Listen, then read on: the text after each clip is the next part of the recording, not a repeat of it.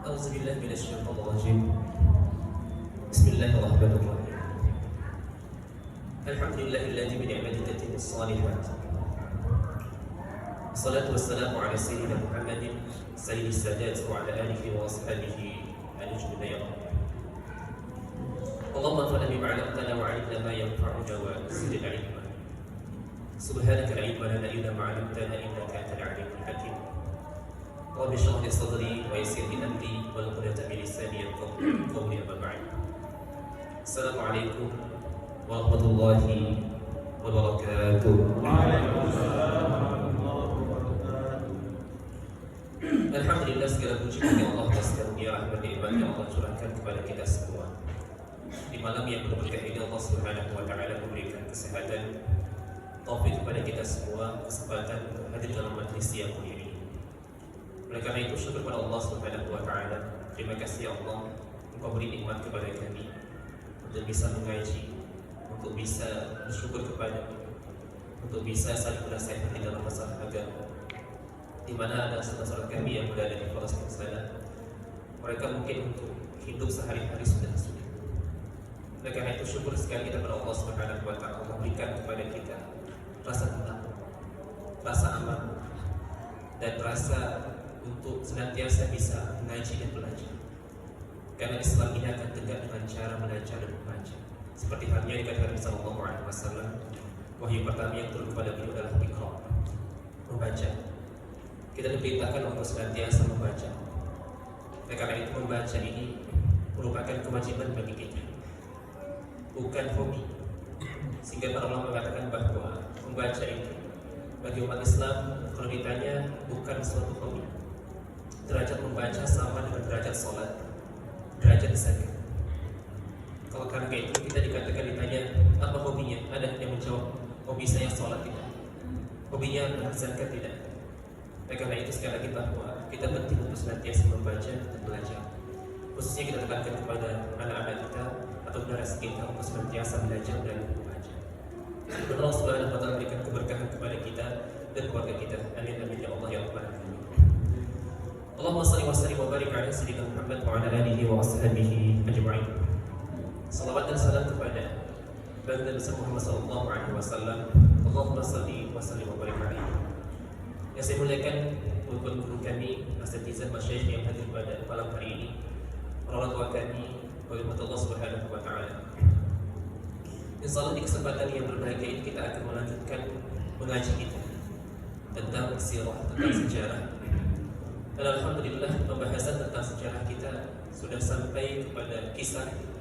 Kita membaca kitab yang sangat agung, yang cukup lengkap dalam pembahasan sirah, yaitu kitab Al-Bidayah wa Nihayah karya Ibnu Katsir. Dan pembahasan kita terkait tentang kisah sirah ini sampai kepada Nabi Sulaiman alaihissalam. Dan kisah yang kita bacakan tentang beliau Nabi Sulaiman alaihissalam cukup panjang. Dan alhamdulillah pada kesempatan yang lalu kita membahas tentang bagaimana Nabi Sulaiman alaihissalam berbicara ketika beliau di pagi hari memeriksa tentara-tentaranya. Dan ada satu tentara yang tidak hadir ketika itu, yaitu burung hudhud. Dan sudah kita baca bahwa burung hudhud ini adalah burung yang kecil, bentuknya kecil. Dan sudah kita kenal atau ketahui juga bahwa Nabi Sulaiman alaihissalam memiliki tentara dari segala jenis makhluk. Dan karena itu ketika beliau di pagi hari memeriksa tentaranya, beliau melihat bahwa ada kekurangan di sana, yaitu burung hudhud tidak hadir. Sehingga beliau bertanya kepada tentara yang lain, di mana burung hudhud ini? Sudah kecil, terlambat lagi atau tidak datang dalam barisan. Karena itu dalam Al-Quran beliau menjelaskan kutipan dari perkataan beliau bahwa jika burung ini datang nanti akan disembelih atau akan dikuliti jika tidak membawa khabar atau berita yang bisa menyelamatkan dirinya. Tak lama setelah itu ternyata burung hudhud datang. Dengan lantang, dengan berani burung yang kecil ini mengabarkan kepada Nabi Sulaiman alaihissalam bahwa dirinya memiliki berita yang tidak diketahui oleh Nabi Sulaiman alaihissalam, yaitu bahwa di ujung negeri sana, sekitar 2000 km dari negeri Palestina itu, ada sebuah bangsa, sebuah negara yang disebut dengan Sabah, di mana mereka tidak menyembah Allah Subhanahu wa taala. Karena itu burung yang kecil ini kemudian selamat dari ancaman atau dari hal yang akan dilaksanakan oleh Nabi Sulaiman alaihissalam. Kenapa? Karena informasi yang dibawa oleh burung kecil ini. Sehingga para ulama mengatakan bahwa hikmah yang bisa kita ambil dari kisah Nabi Sulaiman alaihissalam ketika beliau berdialog dengan burung yang kecil ini adalah satu hal, yaitu ilmu. Bahwa ilmu itu bisa menyelamatkan seseorang dari keburukan. Seperti halnya burung hudhud yang kecil ini bisa menyelamatkan dirinya dari apa yang akan dikerjakan, keburukan yang dikerjakan oleh Nabi Sulaiman alaihissalam kepada dirinya. Sehingga pada kesempatan yang lalu kita katakan bahwa ilmu sangat penting sekali. Tidak ada hal yang bisa ilmu itu memberikan kebahagiaan di dunia dan akhirat. Karena itu sekali lagi bahwa ilmu ini menjadi tolak ukur bahwa amal ibadah kita juga dalam segala hal. Amal ibadah bisa menjadi berkualitas kalau ada ilmu. Apapun itu tidak lepas dari ilmu. Sehingga sekali lagi bahwa Islam ini adalah agama yang sangat ilmiah. Kalau kita anggap atau kita ingin tes segala sesuatu yang ada dalam Islam, walaupun nanti dalam ranah keimanan kita tidak menggunakan akal, dalam ranah keimanan kita menggunakan hati kita. Tapi kalau kita ingin mengetes atau menguji coba apa saja yang diperintahkan oleh Allah Subhanahu Wa Taala kepada kita berhubungan dengan ibadah apapun itu kalau ingin dicari-cari keuntungan secara logikanya pun insya Allah pasti ada. Contoh kita katakan sholat, ada nilai-nilai keuntungan secara logika. Jadi kita anggap bahwa olahraga kesehatan bagi tubuh kita, manajemen waktu yang baik dan yang baik. Kemudian masalah nikah, ini merupakan perintah yang Allah berikan kepada kita. Banyak hikmahnya. Artinya maqasid syariat, tujuan-tujuan agama yang Allah berikan kepada kita. Kalau kita ingin pretelin atau kita ingin telaah satu persatu dari sisi manfaatnya, manfaat pasti ada. Tapi dalam masalah keimanan kita tidak menggunakan itu. Keimanan kita menggunakan hati kita. Hanya untuk mendukung keimanan itu, kita penting untuk apa? Untuk mengaji, untuk belajar dan untuk mengilmui diri kita. Karena sekali lagi bahwa ilmu itu adalah sesuatu yang sangat wajib. Dan kita harus motivasi kepada diri kita untuk apa? Senantiasa bagi tingkat kualitas diri kita ketika membaca. Ini sejauh mana? Apakah contohnya mungkin masyarakat kita Indonesia ini digambarkan memang termasuk kualitas membacanya itu sangat rendah. Kalau kita bandingkan dengan beberapa negara-negara Timur Tengah di abad kejayaan, itu masya Allah kemampuan mereka untuk membaca itu luar biasa. Bahkan seperti halnya bangsa Mesir itu, ada sebuah idiomatik yang mengatakan bahwa orang-orang Mesir itu dengan cara melihat covernya saja, terkadang satu buku itu, bungkusnya saja atau sampulnya saja, mereka sudah tahu apa isi dari buku tersebut. Kenapa? Karena kemampuan membaca mereka sudah sangat terlatih. Dan di antara hal yang menjadikan bangsa itu dianggap maju dikarenakan membaca, itu biasanya terdapat banyak perpustakaan di daerah tersebut atau toko-toko buku. Bapak Ibu mungkin kalau umroh nanti atau melaksanakan ibadah atau berpergian ke beberapa negara Asia Timur Tengah, itu contoh di Mesir ya. Di Mesir, di Maroko, di Tunis, itu banyak sekali toko-toko buku, terutama di sini. Sehingga harga buku di sana sangat murah kalau dibandingkan dengan kita. Percetakan di sana sangat murah sekali. Ada sebuah informasi contohnya di kota Fes. Kota Fes itu merupakan salah satu kota yang terletak di Maroko. Itu kota tidak terlalu besar, tapi dalam kota itu terdapat sekitar 200 perpustakaan. Jadi kita anggap seperti kota Medan, bahkan mungkin lebih besar daripada kota Medan lebih besar. Itu ada 200 perpustakaan dalam satu kota. Kalau kita mungkin ya, belum lagi toko bukunya Bapak Ibu. Kalau kita di Medan ini mungkin mohon maaf, bahkan kadang-kadang saya melihat dekat kampus saja tidak ada toko-toko buku, tidak ada. Coba mohon maaf kita lihat dekat USU ada toko buku Bapak Ibu? Tidak ada. Dekat UIN ada toko buku? Tidak ada. Yang ada warnet banyak, warnet sama percetakan, fotokopi. Toko buku tidak ada. Kalau dulu waktu kami kuliah itu di Timur Tengah, masya Allah, toko buku mencampur dari mulai buku baru sampai buku yang bekas. Itu di mana sampai Asbaqiyah itu jual buku di pelataran, di pinggir-pinggir jalan itu. Kita mencari buku itu ya mudah sekali. Kalau kita mungkin toko buku di Medan ini bisa disebut Bapak Ibu berapa jumlah? Ya mungkin ya. Cuma berapa yang ada sumber ilmu, Toha Putra, Wali Songo, Gramedia, mungkin itu yang kita ada. Nah karena itu bisa terlihat kemampuan membaca kita itu sangat bisa terlihat dari apa? Dari toko buku yang ada. Itu lagi di Timur Tengah itu, belum lagi tambah dengan perpustakaan pribadi. Itu ada pustaka pribadi. Dan kan saya lupa di daerah mana itu, di sebuah negara juga terkait tentang khazanah kekayaan buku dalam Islam ini. Itu ada seorang yang meninggalkan perpustakaan ketika beliau meninggal. Ketika itu buku yang dia miliki itu mengalahkan jumlah naskah buku yang dimiliki oleh orang-orang Eropa ketika abad pertengahan. Itu luar biasa. Nah, oleh karena itu sekali lagi bahwa penting, ilmu itu sangat penting, dan salah satu cara untuk bisa mendapatkan ilmu adalah buku. Makanya para ulama mengatakan nikmal jalisu atau nikmal anisu kita. Sebaik-baik teman duduk itu adalah buku. Buku itu tidak memuji kita, ya, tapi dia memberikan apapun yang kita inginkan. Maka ada sebuah syair itu mengatakan bahwa bagaimana kita bisa membawa sebuah taman yang sangat luas hanya dalam genggaman kalau tidak dalam buku itu. Karena itu sekali lagi bahwa mari kita galakkan membaca. Kenapa? Karena sekali lagi bahwa membaca itu perintah agama. Makanya luar biasa kata-kata yang turun kepada umat Islam itu adalah kata-kata iqra', bacalah, bacalah. Ya, maka kita katakan tadi bahwa membaca jika dikaitkan dengan umat Islam itu bukan sebuah hobi. Maka kadang-kadang saya pun heran kalau ditanya apa hobinya membaca. Tidak. Membaca itu adalah kewajiban, sama seperti halnya sholat. Kan nggak ada orang ditanya apa hobinya sholat, tidak ada. Apa hobinya berzakat, tidak ada. Kalau ditanya apa hobinya membaca, padahal perintah pertama yang datang kepada Nabi SAW adalah iqra'. Sekali lagi bahwa mari kita membaca, ya minimal mungkin kalau 1 bulan itu, ya Bapak Ibu baca, silahkan baca, ambil buku. Dan penting Bapak Ibu. Kita mengatakan sudah tua, nah ada istilah seperti itu.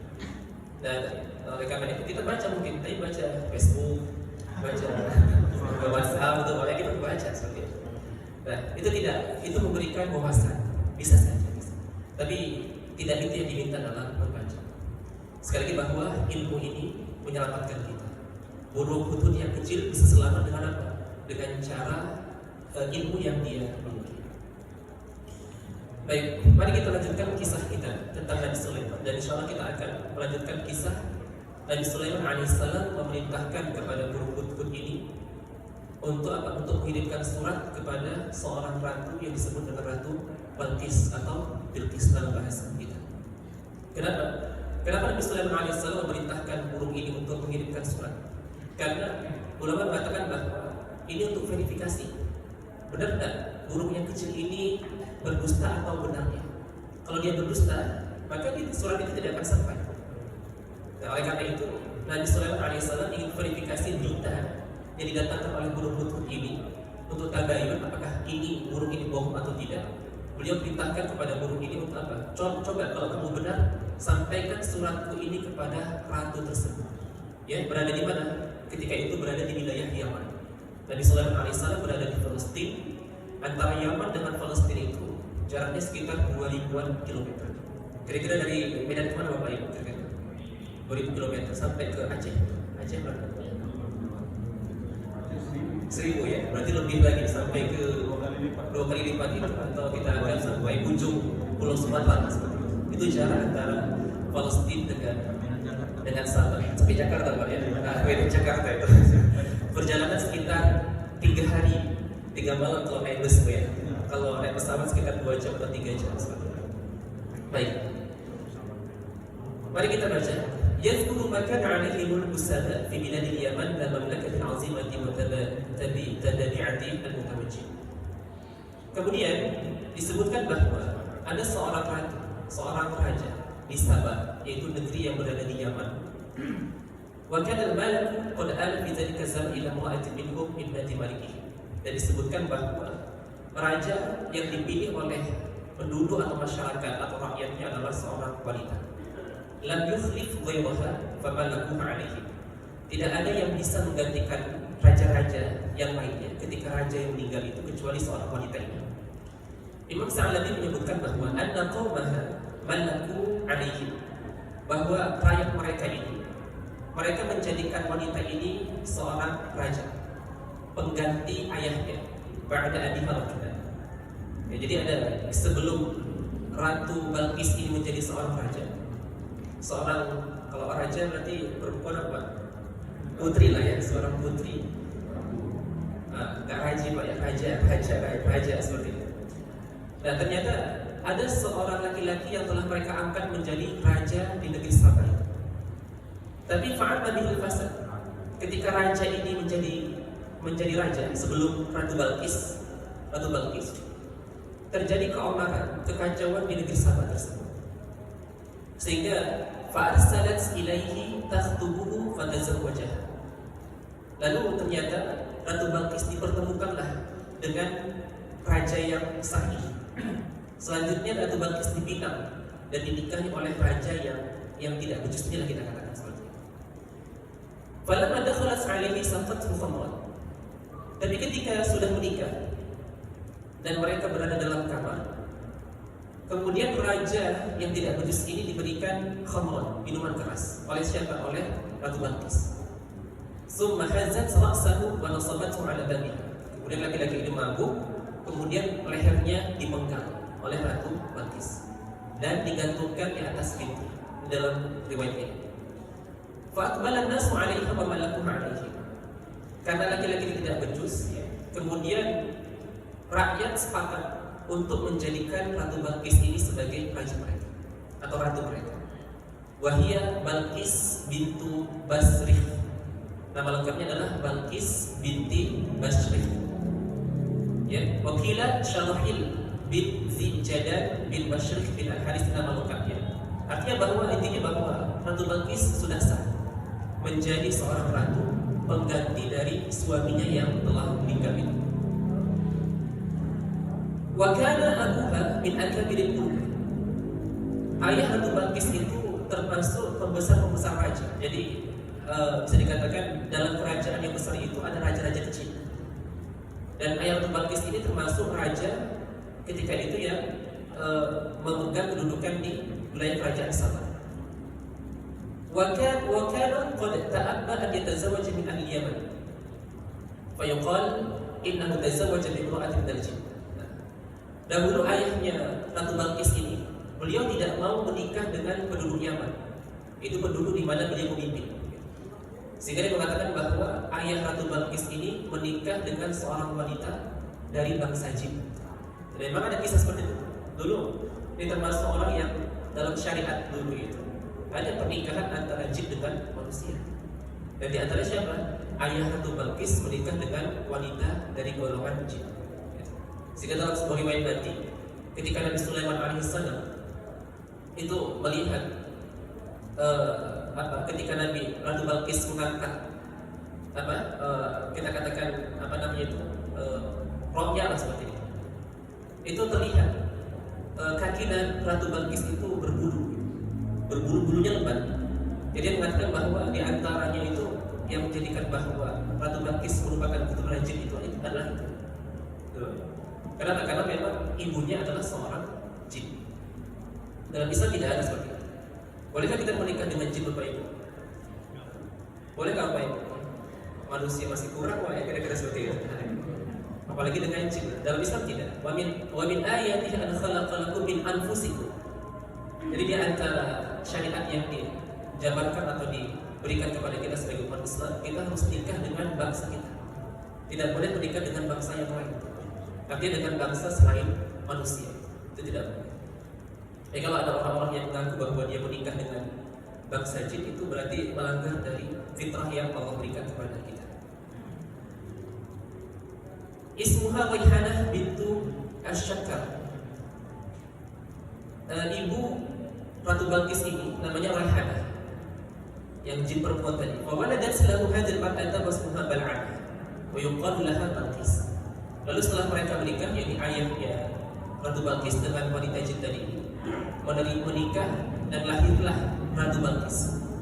Nama lain Ratu Balqis adalah Bal'amah.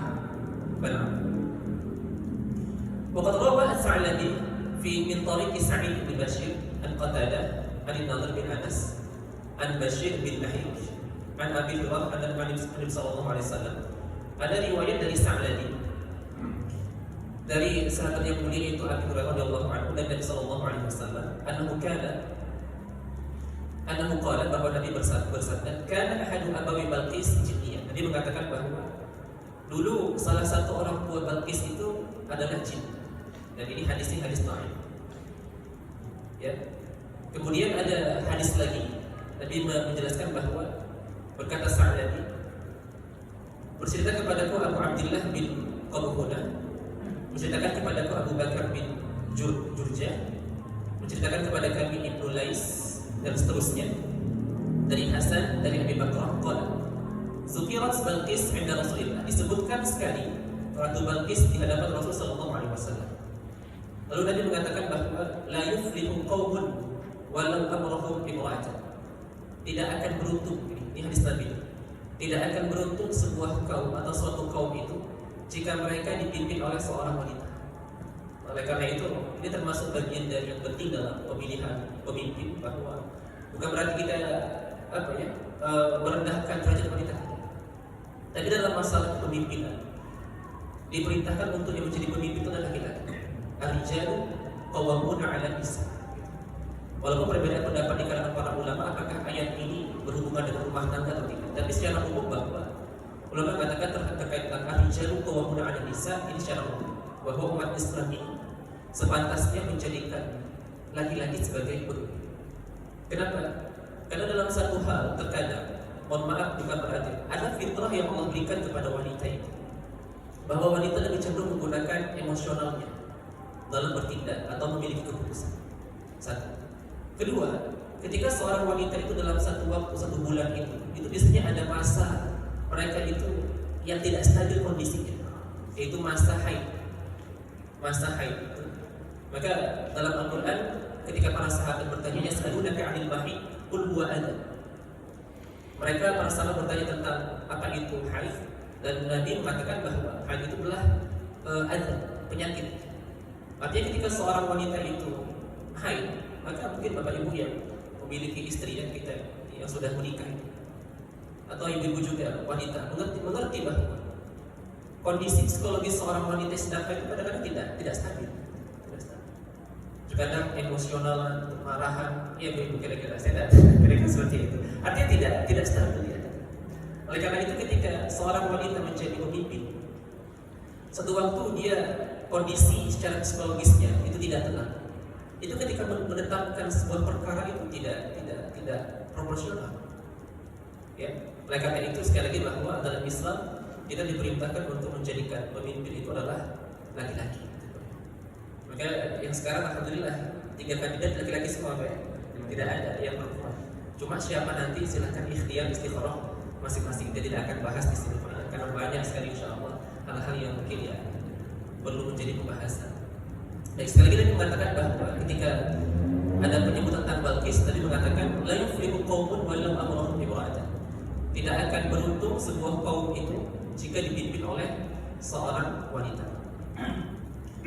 Kemudian juga dalam hadis sahih Nabi menjelaskan hal itu. La yuflihu qaumun walau amrahum imra'atan.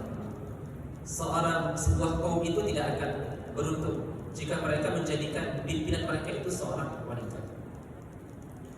Baik, kita lanjutkan di sini. Wa qawluhu wa utiyat min kulli syai' ay min sya'nihi an tu'tahu al-mulk wa laha 'arsyun 'azim, yakni sariru mamlakatihi. Disebutkan bahwa ratu ini memiliki singgasana yang sangat luar biasa, sangat besar. Kana muzakhrafan bi anwa'il jawahir. Singgasananya itu dihiasi dengan beraneka macam batu berlian dan emas. Summa zakara kufrahu billah. Tetapi bangsa ini, walaupun termasuk bangsa yang makmur, karena Yaman termasuk daerah yang subur, itu mereka sayangnya disebutkan oleh burung ini dalam ayat ini bahwa mereka itu kufur kepada Allah Subhanahu wa taala. Jadi ketika burung itu terbang dari Palestina menuju Sabah, Dia melihat ada satu bangsa yang tidak beriman kepada Allah Subhanahu wa taala.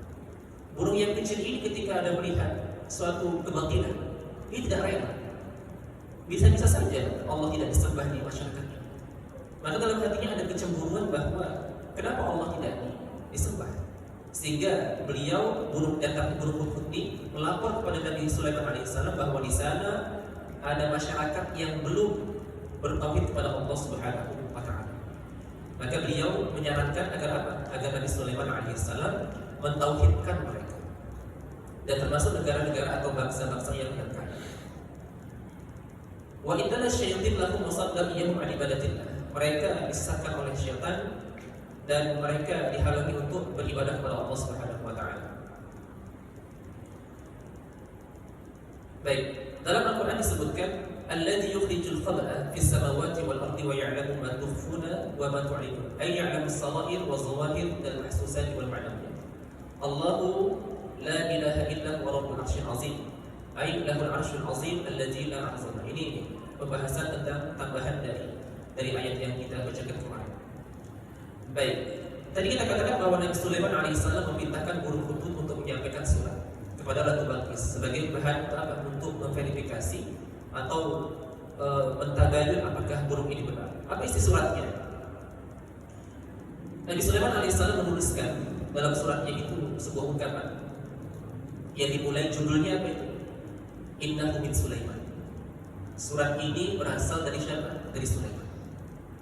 Kemudian summa qara'athu, kemudian isinya lagi wa innahu bismillahirrahmanirrahim.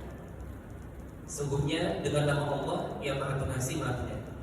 Alla ta'lu 'alayya wa'tuni muslimin. Janganlah kalian merasa sombong terhadapku dan datanglah kepadaku dalam keadaan Islam, kata Nabi Sulaiman alaihissalam. Jadi surat itu dari burung hudhud disampaikan.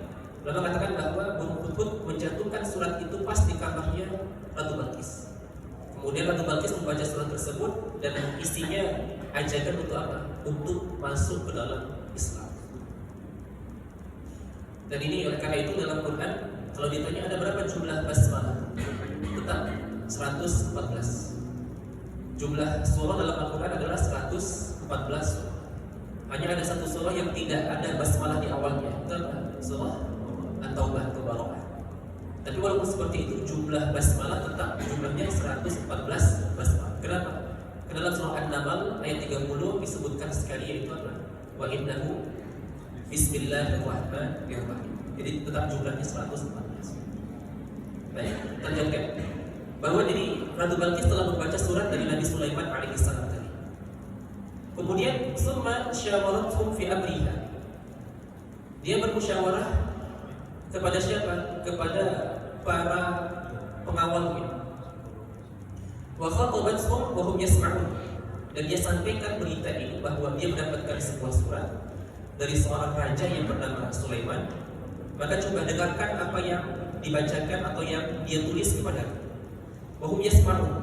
Di para pengawal atau pembesar-pembesar kerajaan sama mereka mendengarkan. Qalat, dia berkata, ya ayyuhal mala, wahai para pembesar, aftuni, berikan pendapat kalian. Ma kuntu qati'atan amran hatta tashhadu. Apa yang kira-kira harus aku lakukan? Ta'ni ma kuntu la abutta amran illa wa antum hadir. Qalu nahnu ulu quwwatin wa ulu ba'sin syadid. Para pengawalnya mengatakan, kita ini negara yang kuat, kita memiliki kekuatan, kita memiliki segala sesuatu yang bisa menyerang atau melawan Sulaiman tersebut. Kata siapa? Kata pengawal Ratu Balqis atau para pembesar Ratu Balqis. Fa'in aradti minna zalika. Kalau kamu ingin, maka kita bisa melawan. Kata mereka. Fa'inna alaihi minal qadirin. Kita itu mampu. Wa ma'a hadzal amru ilaiki fanzuri madza ta'mur. Walaupun seperti itu kami kembalikan perintah kepada wahai ratu. Kata mereka. Fabadalu laha as-sam'a wa ta'ata wa akhbaruha bima 'indahum min al-istita'ah. Wa fawwadu ilaiha fi dhalika al-amr. La tara fihi man huwa ashad laha wa lahum. Fa kana ra'yuha atam wa asadda min ra'yihi. Wa 'alimat anna sahib hadzal kitab la yughalibu wa la yumani'u wa la yukhalifu wa la yukhalifu. Nah, para pengawalnya atau para pembesarnya menyarankan bahwa kita bisa melawan, kita memiliki kekuatan, kata mereka. Tapi ternyata inilah di antara tanda-tanda seorang wanita yang cerdas. Ratu Balqis tidak mau seperti itu. Beliau melihat bahwa Sulaiman ini adalah seorang raja, gitu ya. Seorang raja yang kuat, tidak bisa dikalahkan. Kalau kita menyerah, maka kita akan mungkin dihancurkan atau dibinasakan oleh Nabi Sulaiman alaihissalam. Ya, qalat innal muluka idza dakhalu qaryatan afsaduha. Dijelaskan Al-Qur'an, sungguhnya Ratu Balqis mengatakan, raja-raja itu kalau mereka masuk ke dalam sebuah desa atau sebuah tempat, maka mereka akan membinasakannya dan menjadikan orang-orang yang mulia akan menjadi hina. Bagaimana yang begitu juga bisa jadi kita akan termasuk orang-orang seperti itu. Kenapa?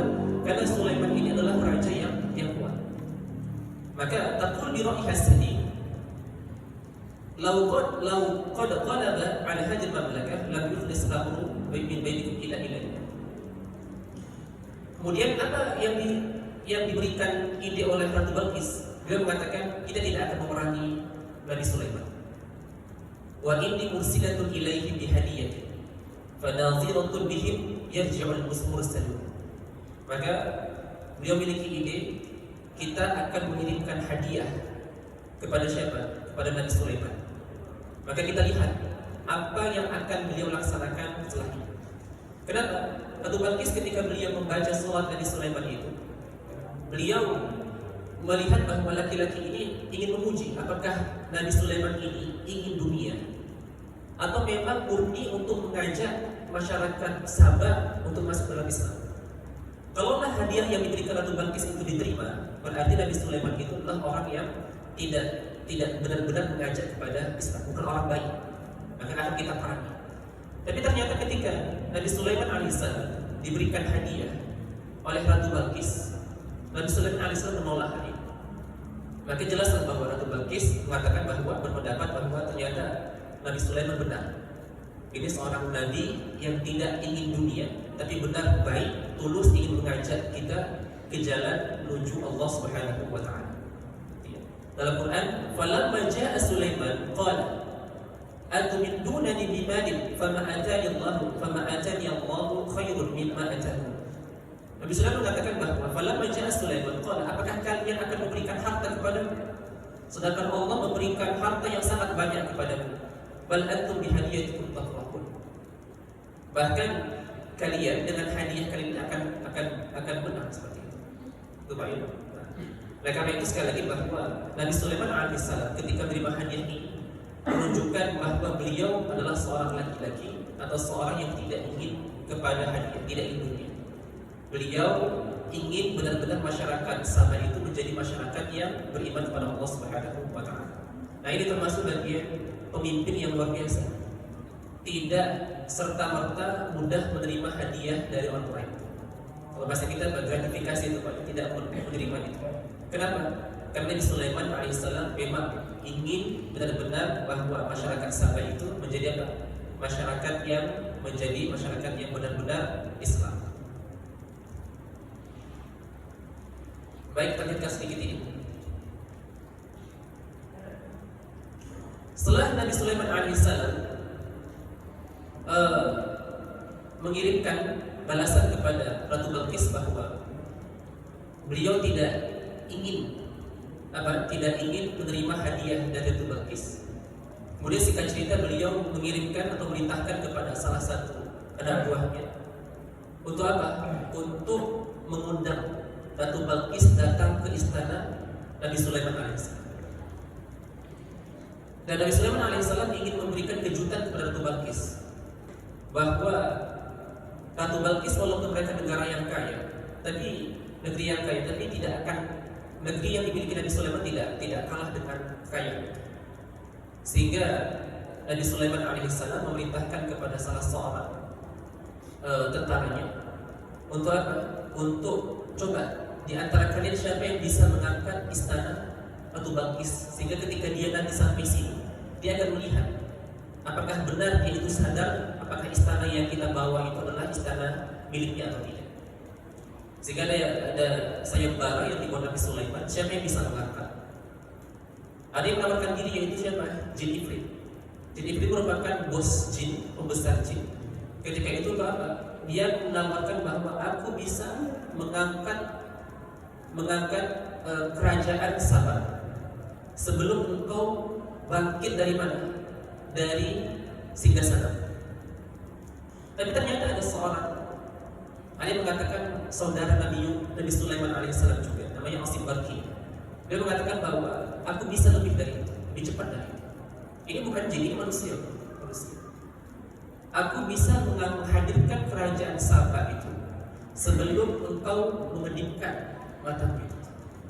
Ini artinya bahwa bisa dianggap bahwa manusia itu memiliki kekuatan lebih hebat daripada jin.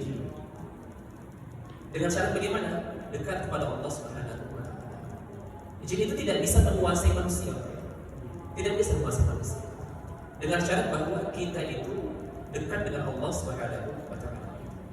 Nah, ketika itu ternyata Nabi Sulaiman memilih siapa? Asim Barki. Untuk apa? Untuk mengangkat singgasana. Dan ternyata Masya Allah, dengan kedipan mata langsung singgasana itu hadir di mana? Di kerajaan Nabi Sulaiman, di wilayah pemerintah Nabi Sulaiman alaihissalam. Dan terakhir, kisah kita ini terkait tentang Nabi Sulaiman alaihissalam bersabda, terakhir ketika sahabat Ratu Balqis datang kepada Nabi Sulaiman alaihissalam, dan terakhir mereka berislam, menerima ajaran tauhid yang disampaikan kepada mereka. Dan terakhir Nabi Sulaiman alaihissalam menikah dengan siapa? Menikah dengan Balqis.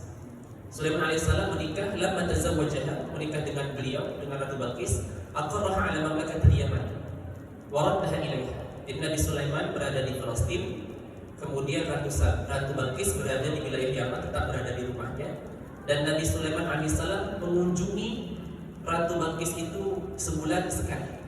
Kenapa? Karena dalam sebuah riwayat Nabi Sulaiman alaihissalam memiliki banyak istri. Ada yang mengatakan istri Nabi Sulaiman itu jumlahnya 99. Ya, jumlah istri Nabi Sulaiman berapa? 99. Tapi sayang sekali, dalam satu hadis Nabi Sulaiman alaihissalam pernah mengatakan, aku mampu mendatangi seluruh istriku itu setiap malam. Jadi 99 istri itu mampu didatangi Nabi Sulaiman alaihissalam satu malam itu. Kira-kira mampu apa Pak? Itu. Ya, 99. Sudah azan Pak ya? Bentar lagi. Tapi ketika itu Nabi Sulaiman alaihissalam tidak mengatakan, dan dia mengatakan insya Allah akan lahir dari wanita yang 11 ini para mujahid. Tapi Nabi Sulaiman alaihissalam tidak mengatakan insya Allah. Ternyata dari 99 ini cuma lahir satu orang. Itu pun ketika dilahirkan satu orang itu bukan menjadi manusia sempurna, manusia cacat Bapak Ibu. Itu kenapa? Karena Nabi Sulaiman alaihissalam tidak mengatakan insya Allah ketika dia mengatakan sesuatu yang dia mampu. Maka di sini Allah mengatakan bahwa katakan segala sesuatu itu dengan insya Allah. Walaupun kita ini mampu, walaupun kita itu bisa, maka katakan insya Allah. Baik, Fasqilum Allah Subhanahu Wa Taala, mungkin ini kajian kita pada malam hari ini mengulang tentang Nabi Sulaiman alaihissalam. Intinya kebesaran Allah, karunia Allah dan kuasa Allah kepada manusia, dan mengingatkan kita bahwa kita ini tidak ada apa-apanya. Oleh karena itu senantiasa bersyukur kepada Allah Subhanahu wa Ta'ala. Mungkin ini kajian kita pada malam ini, insyaallah kita akan lanjutkan di pembahasan akan datang. Mudah-mudahan Allah berikan taufik dan Allah berikan kemudahan kepada kita, dan Allah berikan pemahaman kepada kita semua. Mungkin kita tutup kajian kita dengan doa. Mari kita istighfar kepada Allah Subhanahu wa Ta'ala. Astaghfirullahaladzim alladzi la ilaha illa huwal hayyul qayyum. أعوذ بالله من الشيطان الرجيم. بسم الله الرحمن الرحيم. الحمد لله رب العالمين والصلاة والسلام على أشرف المرسلين سيدنا حبيبنا محمد وعلى آله وصحبه أجمعين. اللهم ربنا تقبل منا إنك أنت السميع العليم وتب علينا إنك أنت التواب الرحيم. اللهم اغفر لنا ذنوبنا ولوالدينا وارحمهما كما ربيانا صغيرا وبارك اللهم رحيم. فاغفر بما علمتنا وعلمنا ما ينفعنا وزدنا علما. ربنا آتنا في الدنيا حسنة وفي الآخرة حسنة وقنا عذاب النار والحمد لله رب العالمين. تقبل الله منكم. السلام عليكم.